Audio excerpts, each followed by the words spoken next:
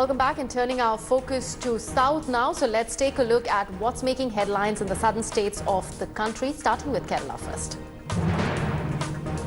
The Kerala High Court has sought an explanation from the state over the entry of women into the Sabrimala shrine. The court sought the explanation as per the report of the Sabrimala Special Commissioner. The Commissioner had submitted a detailed report on the situation of allowing entry of women of barred age group into the temple before the court. As the state of Kerala recovers from the spree of violence, some pockets still continue to be on the edge. A clash broke out between the BJP and the CPIM workers in Koilandi region. Workers of both the parties hurled country-made bombs at one another's residence. The glass panes of these houses were damaged in the attack. No casualties have been reported. The Bharat Dharma Jana Sena has demanded 8 seats from the NDA for the upcoming Lok Sabha elections. The demand was put forward in an NDA meeting organized on Tuesday. The BJP has already cited practical difficulties in offering so many seats. Bilateral talks will be held to reach a consensus in the matter soon. The nationwide strike announced by the Combined Trade Union has entered its second day across the country. In the left-ruled Kerala, the strike had a massive impact, bringing the normal life to a standstill. Public transport system also comes to an absolute halt across the state. Tense moments prevailed in Manjeri and Tirur region in Malappuram as protesters tried to forcefully shut shops as part of a protest. In many parts, the protesters and the shopkeepers indulged in arguments regarding the functioning of shops, while in many places, shops and other establishments were under police protection. As 10 trade unions in India have begun the 48-hour-long nationwide strike, normal life was severely hit in Kerala. In Alappuzha, the protesters stopped trains. More than 90% of the commercial establishment remained closed as part of the protest. Local police arranged vehicles, including ambulances for patients who were heading to hospitals and also medical colleges. Following the statewide violence in connection with Sabrimala, the state police department is going through a major reshuffle. The Home Department has shunted out the city police commissioners in Thiruvananthapuram and Kozhikode district. In fact, the Thiruvananthapuram city police commissioner was transferred as the DIG of Armed Police Battalion. The Kochi City Police arrested 2 people who were involved in illegal hashish trade in the city. According to the police, the gang used social media platforms like WhatsApp and Telegram Messenger to coordinate with the customers and offer drugs at offer rates. The police sources have hinted out that in all likeliness, there is going to be more arrests in the coming days. The Kochi City Police has arrested a security guard in connection with a murder case. According to the police, the accused Lawrence had killed the person in the house where he was working. The motive of the crime is still not known. The state-run KSRTC has recorded its highest ever collection in its history on Monday.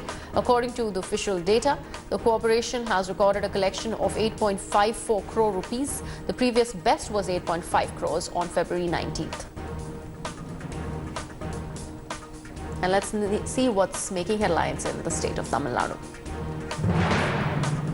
The state government of Tamil Nadu continues to sanction relief fund for the regions affected by Cyclone Gaza. Recently, the state sanctioned another 330.81 crores as the second phase compensation for coconut farmers in Tanjavur.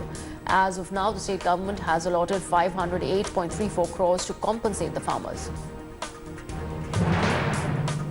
The Supreme Court on Tuesday upheld the National Green Tribunal's order to reopen the Sterlite smelter unit in Tuticorin. The Apex Court's order now puts the Tamil Nadu government in a tight spot. Sources in the government have said that they are likely to file a curative petition in the Supreme Court against the order.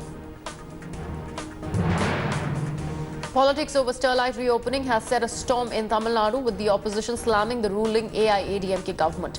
MDMK chief Vaiko has alleged that CPM In fact, the Chief Minister, EPS, is adopting a biased approach towards the Sterlite copper plant. DMK Chief M.K. Stalin also raised the issue in the State Assembly and questioned the steps and procedures taken by the EPS government over the issue. While Chennai was unaffected by the All India Trade Union, Bandh, the bank employees in the city took to the streets to protest against the central government. The All India Bank Employees Association and the Bank Employees Federation of India have joined the two-day nationwide bandh called by 10 trade unions.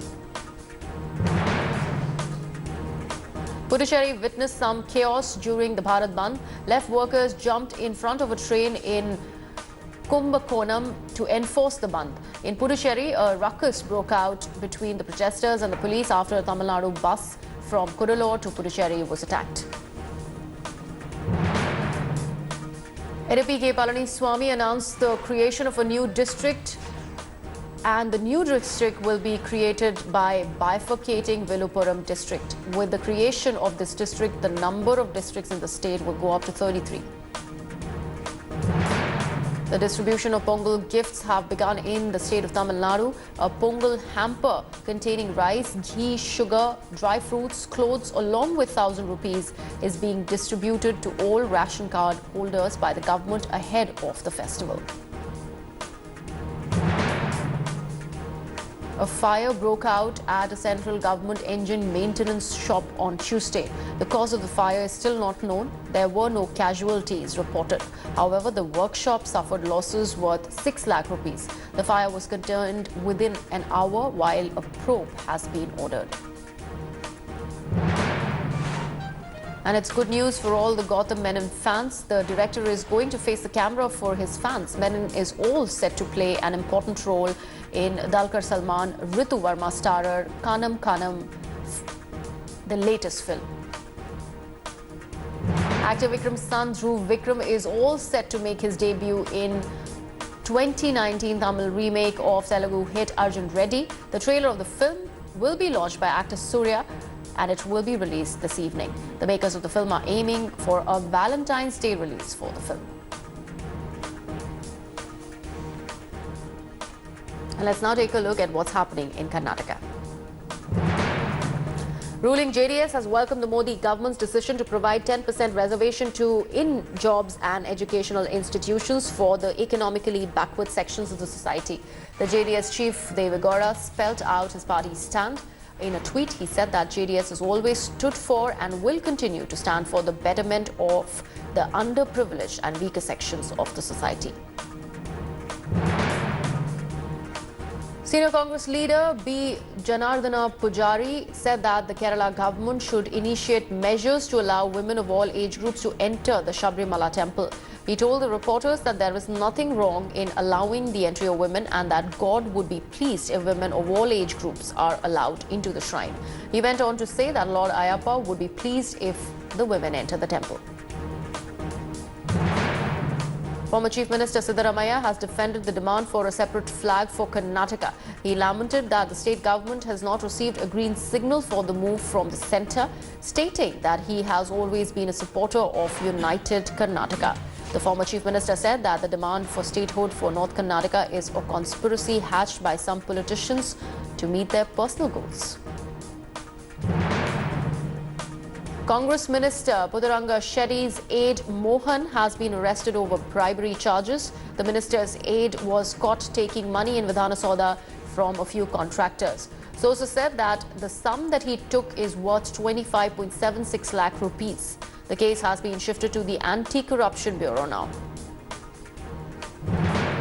The BJP Yuva Morcha will continue to hold agitations until backward classes welfare minister C. Pudaranga Shetty resigns. The Saffron Party is demanding Shetty's resignation after a staffer in his office was caught with 25.76 lakh cash.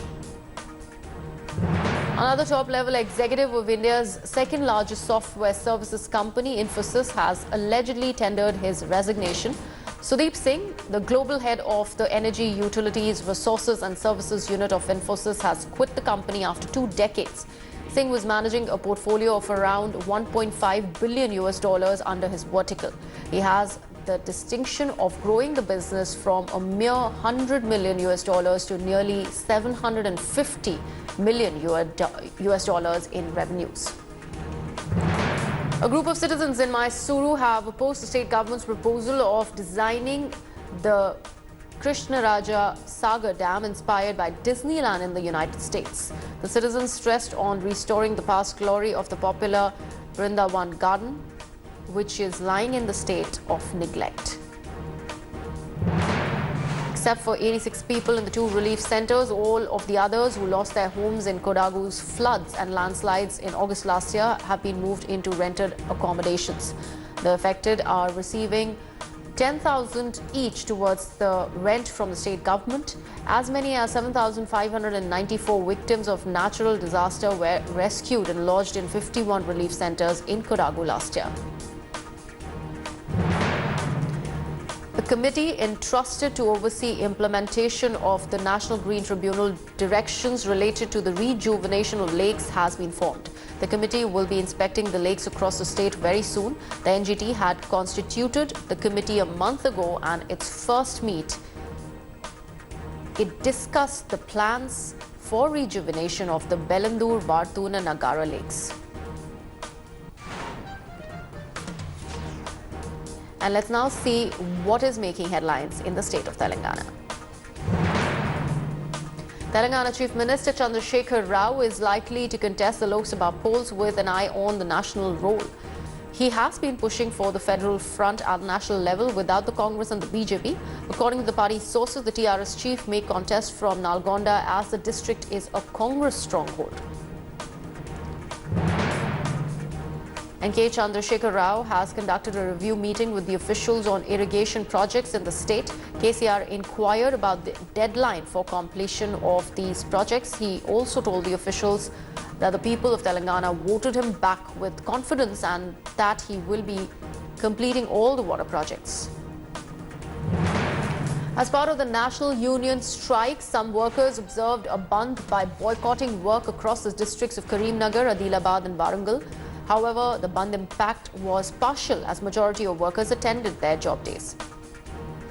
The family of Telangana youth who was shot in the United States met TRS working president KTR at his residence in Hyderabad. The former NRI minister promised assistance to the family of Sai Krishna. Krishna was shot by robbers at Detroit in the US on January 3rd. His condition is stated to be critical. Former Minister Har Krishna's daughter Suhasini may now join the TRS. She was fielded in the Telangana Assembly elections, and it is believed that Suhasini might become an MLC. Greater Hyderabad Municipal Commission has sealed the famous Bawarchi Hotel at RTC Crossroads over violations for disposing garbage. The move comes following the municipal body's crackdown on bulk garbage generators like hotels, restaurants that have failed to set up units on their premises. Hyderabad is now posing, in fact, among the top 20 most dynamic cities in the world. According to a report published by the World Economic Forum, Hyderabad has been ranked the second in yet-to-be-released City Momentum Index. A man has been arrested after being in possession of 2 snakes in Medchal. The accused has been identified as Sharon Moses. Members of the anti-poaching squad said that a python and a bronzeback snake were recovered from the residence of the accused.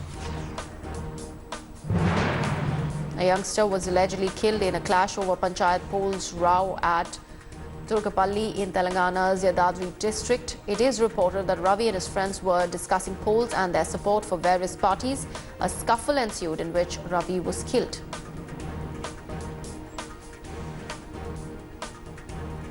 And let's now take a look at the top stories from across the state of Andhra Pradesh. Former British Prime Minister Tony Blair visited Andhra Pradesh capital Amravati and appreciated Chandrababu Naidu's efforts of bringing real-time governance in the state. The Blair-Naidu bonhomie dates back to the Bihar. In fact, Blair's visit to Andhra Pradesh during Naidu's previous tenure back in 2002. Naidu accompanied Blair and his wife on a visit to experience rural India in the state. The 15-month-long Praja Sankalp Padyatra of YSR Congress Party Chief Y.S. Jagan Mohan Reddy is going to end today. The leader of the opposition covered almost every constituency of the state which will be going to polls along with the Lok Sabha polls. The party is hoping to get positive outcomes by covering the state in a yatra that is over 3,000 kilometers long.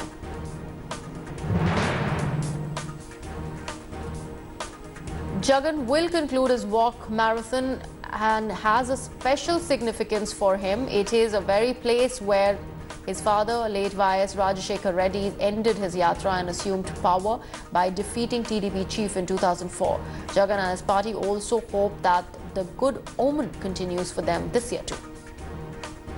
At the end point in Ishapuram of Srikakulam district, YS Jagan Mohan Reddy will unveil a pylon, in fact marking the successful end of his mass outreach program across the state, covering all the 13 districts and 175 constituencies. The 88-feet pylon is designed to highlight the promises made by Jagan Mohan Reddy. The YSR Congress party received a jolt as G. Rao resigned from the party. Rao is the brother of superstar Krishna.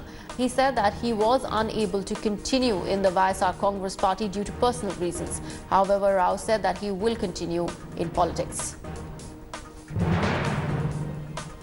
Andhra Minister and senior TDP leader Chi Srinivas Rao faced the ire of public during the Janmabhoomi program in Visakhapatnam. Opposition party workers staged a protest during the Janmabhoomi program. YSR Congress party activists also tried to block the minister's convoy. MLA Jairam had to face the ire of villagers during a program in a village in Mysuru district. The villagers grilled him over the lack of basic amenities like road, drinking water and scarcity of houses for those below the poverty line.